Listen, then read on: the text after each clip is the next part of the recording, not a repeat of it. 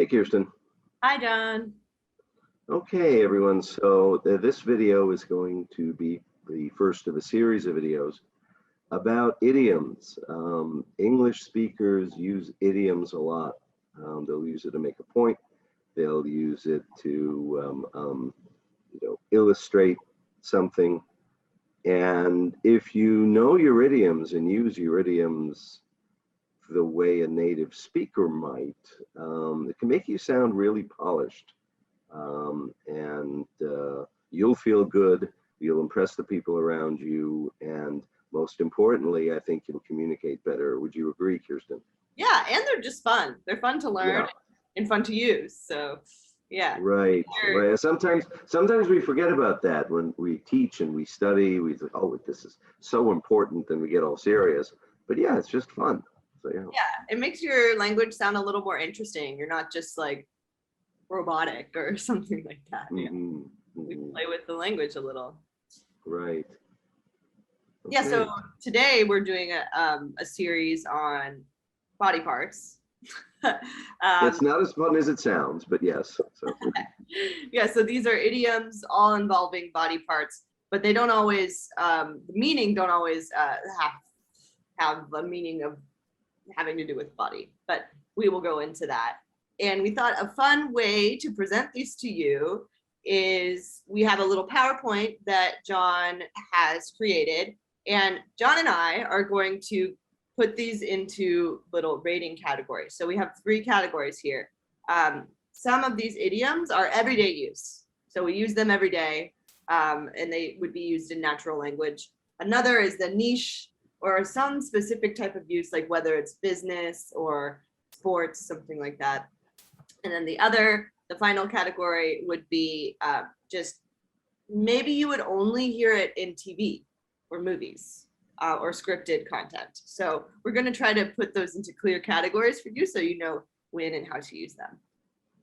Right. So here come the idioms. Here come the idioms. Right. So we have turn a blind eye. Right. Yeah. I mean, some other languages have similar things like this, and it means that, okay, you don't see it, la, la, la, la, la, la, la, right? So, yeah. Sort of pretend like you didn't see something because you don't want to take responsibility for that thing. Mm-hmm. So one example could be maybe you work at Target, some convenience store, something like that. You see someone steal a pen, but you don't want to take responsibility as the worker. You don't want to have to do anything. So you just turn a blind eye. I didn't see that.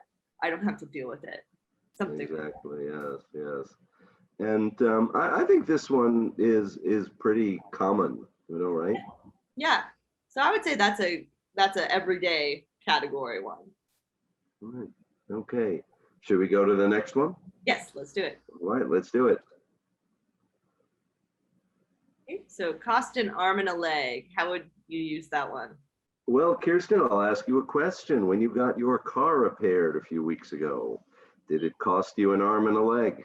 Yeah, I would say probably. It was pretty expensive. Right. Yeah. Right. So it's like I almost had to pull my leg and my arm off to pay for it.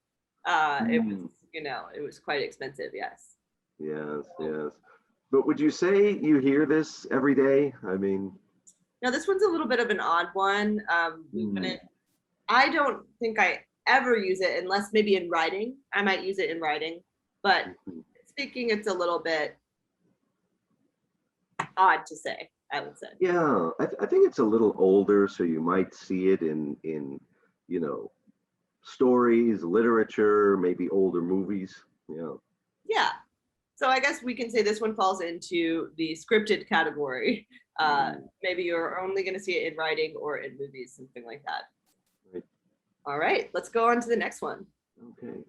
All right, so the next one is I'm all ears. How would you describe that one? Yes, I mean, this is something that you'd hear your boss say to you, right? Or even like your boss's boss. You have the 5 minutes to make your case for something.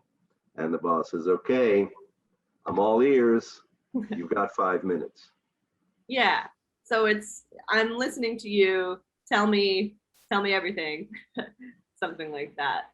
Exactly, exactly. Don't miss your chance. I mean, so definitely, I think this is sort of a specialty one. Yeah. I would never like ask, speak to you and say, well, where do you want to have dinner tomorrow? I'm all ears. Yeah. That's a little bit weird. It's That's I'm like all what? ears implies that it's going to be something long, like a story, something Mm, a presentation or story someone's telling you. right, right, right.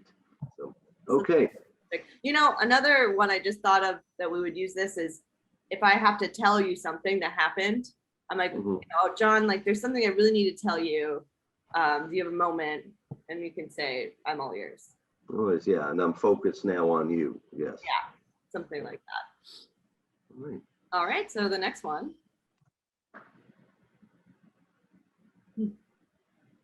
Elbow room. Yes. So you might say a lot of New York City apartments are small. They don't have a lot of elbow room, Hmm. and which literally can mean like they're small. But we also speak about it metaphorically, right? Almost like, yeah, We do, yeah. So that one's like, yeah. you think about it, we can use it literally as like, I literally can't move my arms. And you Hmm. use the not flying economy, something like if you're in the airplane, you don't really have elbow room. Or maybe Yeah. you're sitting at a table eating dinner and you're really close together. But then, like you said, it's also metaphorically. So would you say this is an everyday term or more specific? Well, I think it's pretty common. Yeah. Yeah, I think it's pretty common. You Yeah, know, definitely. So, I would agree with that. It's a all pretty right. everyday one. Not weird to use. And the next one, Elbow grease. yeah, elbow grease. So, So hard worker effort.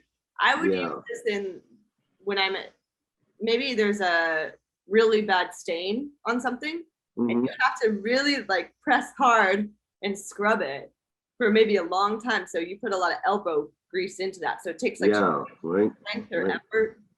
Yeah. Hey, Karate Kid, wax on, wax off, right? That's elbow grease, right? Yeah. Something like that. So this one, maybe not every day, but we use it. Hmm. But I would say maybe this falls into more specific category. Uh, Right, right. Because I don't think you would say, all right, someone who might work 12 hours a day, 6 days a week, is necessarily putting in elbow grease. They're yeah. just working a lot. you know? Yeah. Right. Um, This was more like of a physical thing, I think. It's like physically definitely, and like cleaning. definitely. We use it a lot for cleaning. Yeah. Sure, sure. So All yeah, right, that's that one. next one. Living hand to mouth. So what's the meaning Mm. of this one? Well, if you're living hand to mouth, it means, every penny you earn, you spend on keeping yourself alive, rent, food, electricity, water, clothing, you know, not a lot to spare. In fact, probably zero to spare. So, Yeah, and you can think of that as like once it's put in your hand, immediately goes into the mouth or into the bill payment, something like that. exactly, This exactly. one, I might say I don't use every day, or I wouldn't use in my everyday language. Would you agree with that? I agree with that. Yeah, but it's something you'll see like in the media, Yeah. when people talk about, there are a lot of poor people in New York City living hand to mouth. Yeah, I mean, so that's when you'd see it. It's definitely kind of special. Yeah. Yeah. So that one's more of a one that you would see in writing or scripted content. Okay, next one. Waiting on someone hand and foot. So the meaning here, really taking care of everything that they need, um, strongly taking care of someone. Mhm. What kind of situation would you use this one in, John? Well, recently, I've been spending a lot of time, with my mother after her operation, and she's been weak, so I've been waiting on her hand and foot. Hmm. Yeah, we've been really taking care of like all of her needs. And this is, I want to mention, it's not waiting as in time waiting. It's Right. Yes. taking care of like a waitress would take care Yes. of you. Yeah. Yeah. So that one, what do you think? What category should we put that one in? Well, I think it's somewhat specialized because let's face it, it's not something you do every day, right? Exactly. Yeah. No. So I think that we would probably use this in a service industry sort of context. And yeah, not as Yeah. common though. Not as common to Definitely not. Definitely not. So, okay, moving on. all right. On its last legs. So what's Yeah. this one? Yeah, I was just telling someone earlier today they have a printer and it's not going to last much longer. It's on its last legs. Yeah.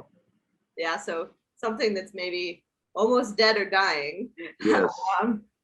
And I think, although this is used with body parts, I think a lot of times we use it more, less with humans and more with objects, I would say. Definitely. Yeah. I think we talk about like the refrigerator being on its last legs, the car being on its last legs. Right. Absolutely. Yeah. We use it about things, not people. Yeah. So I would say that this is every day, but specifically for things. Yeah. Right. And the situation of something is about to break. Yes. Yeah. Exactly. Right. Thick or tough skin. Mm. So this one is a little bit of a metaphor because it's not like literally your skin is tough. It's emotionally. Yeah. Yeah. So it means maybe you don't cry easily. You don't complain easily. You're very strong-minded.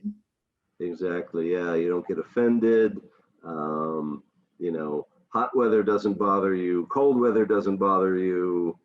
You're just you just go through things. Yeah. Yeah. You keep calm and carry on. Yeah. You have tough skin. So, yeah. Yeah. Keep calm, carry on. I'm a very calm, chill person, I would say. Yeah. That's tough skin. So this one, maybe everyday use. You could use a lot. I think so. I definitely use this sometimes in my language. Right. When Absolutely. you're describing someone's personality. Yeah. Definitely. And well, I think that's the last one, isn't it? Yeah, it is. We made it through.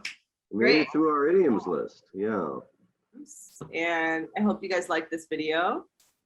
Yeah, and like you said, this is a very, very important area for a lot of students. Idioms and phrasal verbs, I think for a lot of people are really important to work with, to understand, and to know how to do well.